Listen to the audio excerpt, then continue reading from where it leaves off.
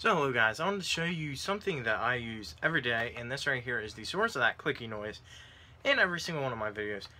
This right here is my gaming keyboard, which is actually a Razer Blackwidow 2014 Ultimate Edition. This is the non-silent, has the Razer green keys, very great feeling keyboard. The tactile feel is amazing. I love this keyboard. I can just type away on it all day long and I have no trouble with it. It does have the backlighting. It's only green, sadly. It does get pretty bright. This is when it's lowest setting. And that flashing is just because of the LEDs refreshing. So on to some more important stuff about this keyboard. As you can hear, that's the clicky noise that everybody hates. But I love it. I love that clicky noise because it allows me to know the key is pressed. So whenever you hear that, the key's pressed. You don't have to go like slam it down every time. I also have the O-rings. Yes, the O-rings are on it. If you bear with me for 2 seconds, I can grab my key puller. I believe my key puller should be around here. I think somewhere. Maybe. Let me check real quick. Honestly,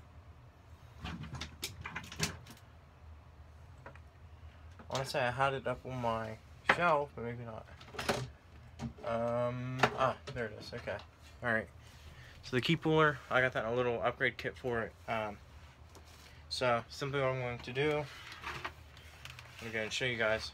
So I'm just going to pull out the W key.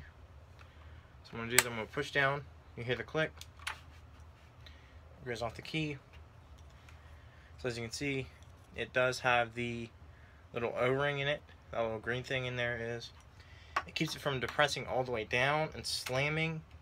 So this right here is what the actual key kind of looks like with the LED one. These are individually lit keys. All of them are individually lit. So I'll press the button so the light turns off. So it is a Razer green key. As you can hear, that is the clicking of the key. I mean, so you barely push it down and it actuates. That's the main part about a mechanical keyboard. You don't have to press it all the way. So just to put the key back on, because I don't really need it off anymore, just go and simply put it back on there and then tap it. So this keyboard does have a USB pass-through. USB pass-through. Flip it up. The USB pass-through over there, the microphone, and then the headset stuff right there. On the end of it, it does have the USB, the USB extension, or the USB pass-through port or whatever, and the blue, well, the green and the pink audio jacks. So it's pretty self-explanatory. The cable is all braided or whatever. This right here is very nice braiding for a cable. It is very good. I have no trouble at all with it. Any worries about it getting eaten up by the cat or the dog or something like that, or even just simply worn out. So let me go and turn back on this and show you some of the different stuff. You also have your media keys. It does have some media keys. They're built into the F buttons. So you got the multimedia keys in there. These right here, these two are the backlighting settings for the light amount. Then you have right here, this right here is just like the little night mode thing. I'm not sure what that one does. I haven't really used this keyboard too much for the functionality it has. I just have used it because it's so nice.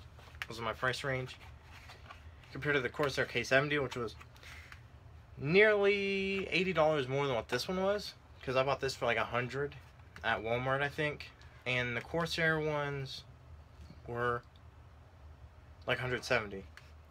So let me see.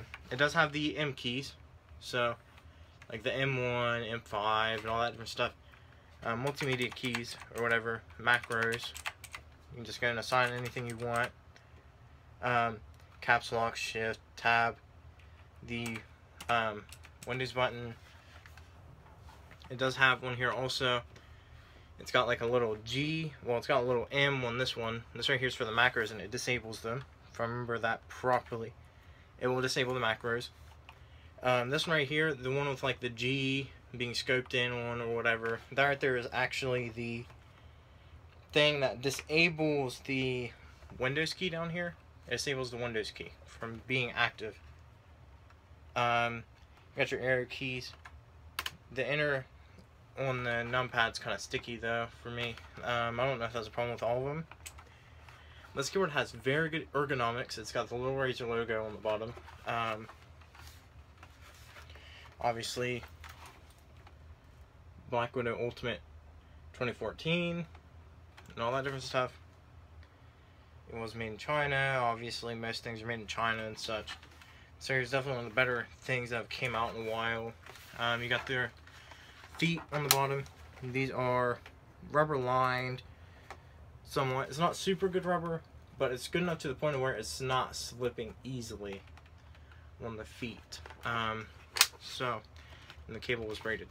So let me put the keyboard down, actually, and let me show you some of the different stuff that it is able to do overall. I kind of want to show how it sounds when typing. So let me bring the camera over here so you can see this a bit better. I think that's good. So I'll just go and put that down. So I'm just going to open up Notepad. So Notepad, and I'll just go and type, I guess. As you can see, the keyboard is nice backlit.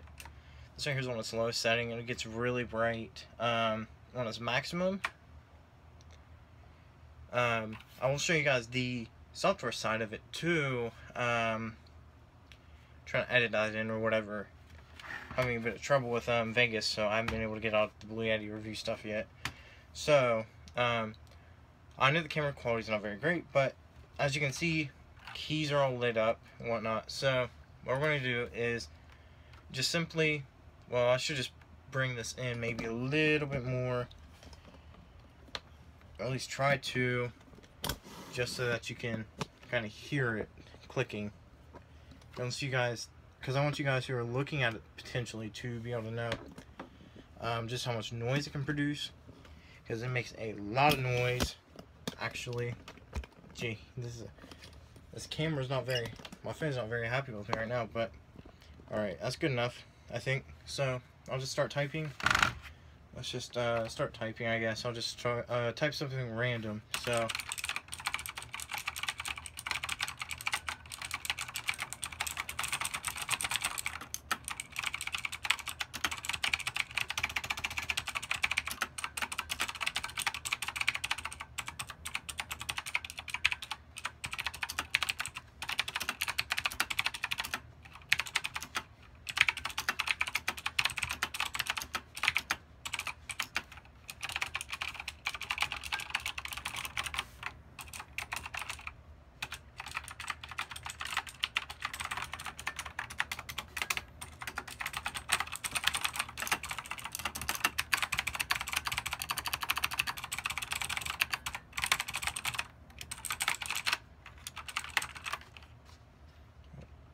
screw that one up. Okay, let's keep going.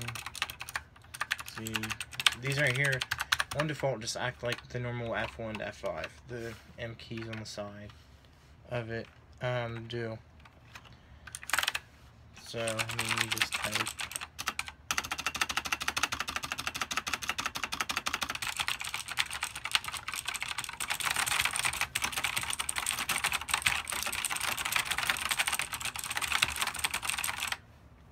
And then I want to show you guys while I'm over here, I guess, if I can try and get it to maybe show up, potentially, the actual sort of typing.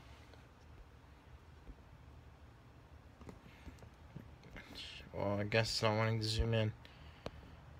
Okay, so, I mean, so hopefully it will focus properly. Looks like it. So let me just go and close that, don't save, and then Notepad again. Okay, I'll wait. I'll do sticky notes because it's a bit it's sticky notes. Sorry it's being a bit of a pain, but let's go and extend that, make it longer. Okay, so I should be focused on it. So every time I press the key, whenever you hear this click, as you can see, it does type every time you hear that click. That means the key's been actuated. You don't need to go like this or go all the way down every time you press. You only have to do it a little bit, which does make it quite a bit easier on a lot of different people. I'm pretty washed out right there. But it makes it a lot easier on a lot of people to do different stuff with the keyboard. Especially when you're typing, because you don't have to go and screw around with it. You don't have to press it down. You don't have to smash. You don't have to do all that different stuff. All you got to do is just go and press it until you hear it click. Click, click, click. That's all you got to hear. Click, click, clang. Like bang, bang, bang. Headshot, headshot, headshot. You know, simply put. There's quite a few different things. This keyboard is awesome. I highly recommend it. Obviously, probably like the newest model of it. Obviously, but it's a pretty darn good keyboard. I've never had really any trouble with it yet. I've never had a single problem with it yet. And it does game well. The only thing I have to say about it is, with the microphone, with the Blue Yeti, it does pick it up. It is very, very, very obnoxious when the Blue Yeti picks it up.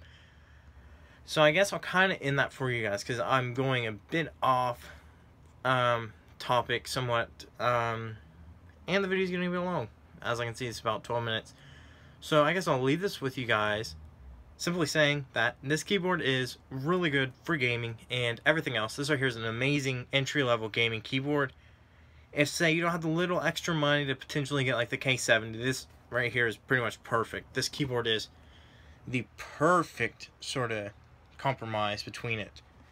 You get a lot of the different stuff, so and then you just have to install like Razer Synapse, like right here, and then simply like it just looks like this. It just simply kind of pops up. There we go. It simply just pops up like that or whatever, and you can just go and adjust the macros, the lighting, the gaming modes, the stats. Obviously stats aren't really important because they glitch it out and make it slow really fast. Let me go to the lighting really quick, and I just want to show this. There it goes. Let me see. Pulsate. So you can see it does do the pulsating and such. But thank you guys for watching, and I hope you enjoyed the video. I hope you like the rest of my videos. Look forward to a review on the Logitech G502. I don't know, should you buy Xbox One, maybe Astro A50 Gen 2 Xbox One edition review, the stand I have for them, also the monitor, and that's about all I have really planned in the review tank until I get a separate camera. And once I get a separate camera, I'll be able to go and do a review on the iPhone 6s Plus, which is a very amazing phone. So I guess I'll leave you guys there. Thank you for watching, and I hope you guys enjoy the rest of your day.